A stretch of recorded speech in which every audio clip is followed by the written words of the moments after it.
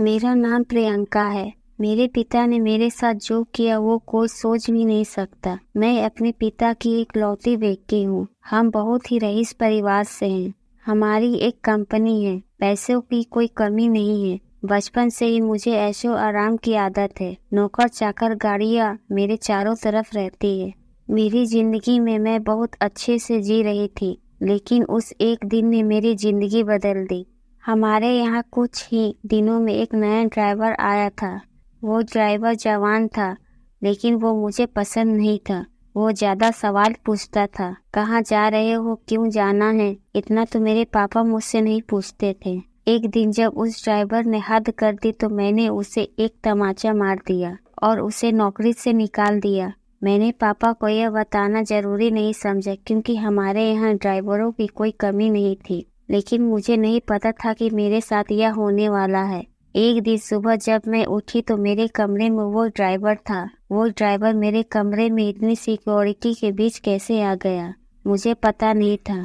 शायद मैंने उसे मारा था, इस बात का बदला उसे लेना था। मैंने कहा कि तुम यहाँ क्या कर रहे हो? वो बोला कि मैं तुम्हारा पति हूँ। कल रात को तुम्हारे पिता ने मेरी शादी तुमसे करवा दी है।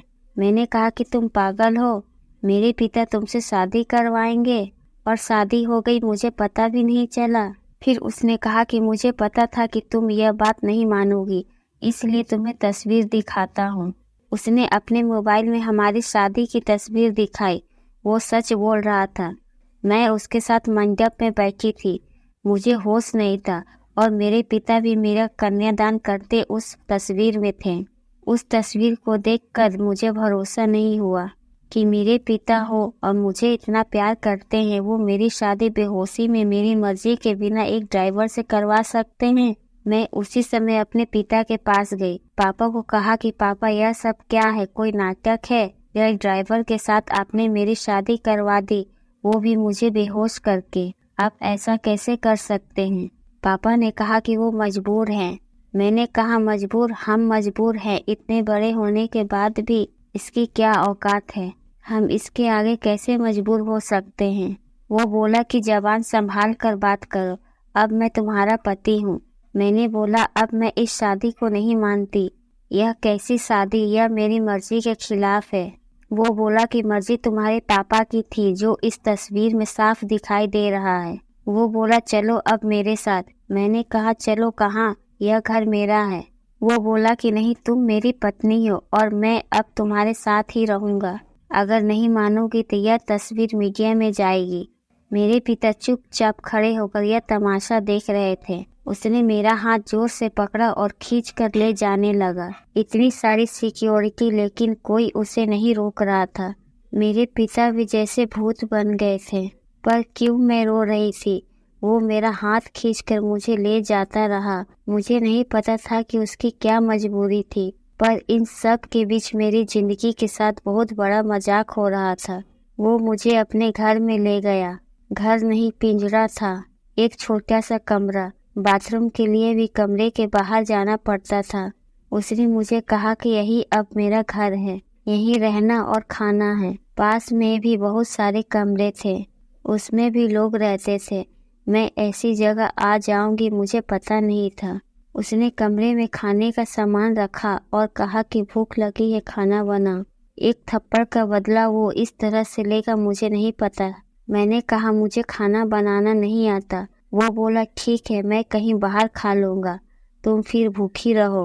वो इतना कहकर चला गया। मैंने सोचा था कि मैं भाग जाऊंगी, लेकिन फिर सोचा कहाँ जाऊंगी, मेरे घर जा नहीं सकती। मैं वहीं रोती रही। भूखी शाम हो गई थी, मुझे भूख लग रही थी। ऐसी भूख मैंने अपनी जिंदगी में कभी महसूस नहीं की थी। मैं मेरे कमरे की चौखट पर बैठकर रो रही थी। पास के कमरे से एक औरत ने मुझे रोते देखा और कहा, क्या हुआ? मैंने कहा, भूख लगी है। वो बोली, इतनी सी बात?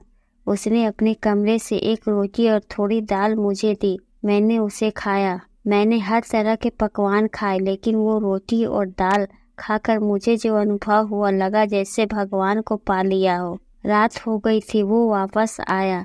आते ही उसने कमरे का दरवाजा लगा दिया। मुझे डर था कि कहीं वो मेरे साथ जबरदस्ती ना करे, लेकिन वो चुपचाप एक कोने में सो गया। इतने बड़े महल से एक कमरे में, वो भी अजनबी के साथ। मैंने सोचा कि अब मैं यह सब बर्दाश्त नहीं करूंगी। मैं उस रात सोई नहीं और सुबह उसके उठने से पहले ही कमरे से भाग निकली। मैं अपने एक दोस्त के यहाँ गई, लेकिन जब मैं उसके घर पहुंची तो उसने मुझे दरवाजे से अंदर आने नहीं दिया।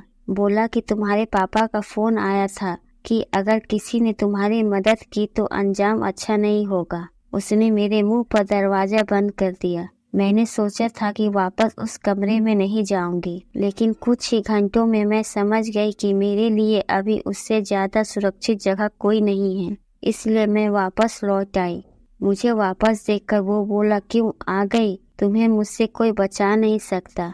मैंने अपने आप को इतना मजबूर पहले कभी महसूस नहीं किया। मैं इस तरह से वहाँ अपना जीवन काट रही थी। मुझे वहाँ रहते 10 दिन हो गए थे। खाना मैं बना नहीं पाती थी, जैसे भी बनता मैं खाती थी।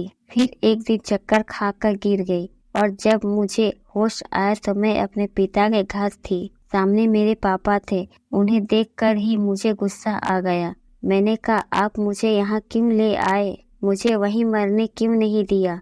उस कमरे में वो ड्राइवर भी था। पापा ने बोला, बेटा मैंने तुम्हें कितना समझाया लेकिन तुम नहीं मानी, तो आखिरकार मुझे यह तरीका अपनाना पड़ा। तुम जिस माहौल में रहकर 10 दिन में परेशान हो गई हो, उस जगह से उठकर मैंने यह सब बनाया है। तुम्हें यह सब ऐसे ही नहीं मिल गया, तो तुम्हें इसकी कोई कद्र नहीं रह गई है। तुम शराब के नशे में रहती हो। हमारे घर जो काम करते हैं तुम उन्हें इंसान नहीं समझती हो। कितने लोगों को तुमने मुझसे छिपा कर नौकरी से निकाल दिया। तुम्हें पता है नौकरी क्या होती है, कैसे परिवार चलता है? शायद तुम इन 10 दिनों में कुछ सीख पाई होगी। यह ड्राइवर नहीं, अरुण है, मेरे दोस्त और बिजनेसमैन रमन का लड़का।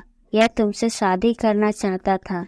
मैंने ही इसे कहा कि तुम पहले उसे जान लो। तुम्हें उसने फॉलो किया तो वो समझ गया कि तुम गलत रास्ते पर हो। इसलिए हम दोनों ने मिलकर यह नाटक किया ताकि तुम्हारी आंखें खुल सके। जिस रात तुम्हारी शादी करवाई उस रात भी तुम नशे में घर आई थी। पैसे और जिंदगी की कद्र करो, सबके नसीब में यह नहीं होता। यह सब मेरे लिए था, मुझे सिखाने के लिए, और सच में इन सब से मेरी आंखें खुल गई। मैं एक नई इंसान बन गई। अरुण ने भी मेरा फायदा उठाने की कोशिश नहीं की। मुझे पता चल गया था कि वो मुझसे कितना प्यार करता है। पिता की यह सीख मुझे एक नया इंसान बना गई। आपको यह कहानी कैसी लगी कमेंट कर हमें बताएं। वीडियो पे नए हो तो लाइक और सब्सक्राइब कर लें।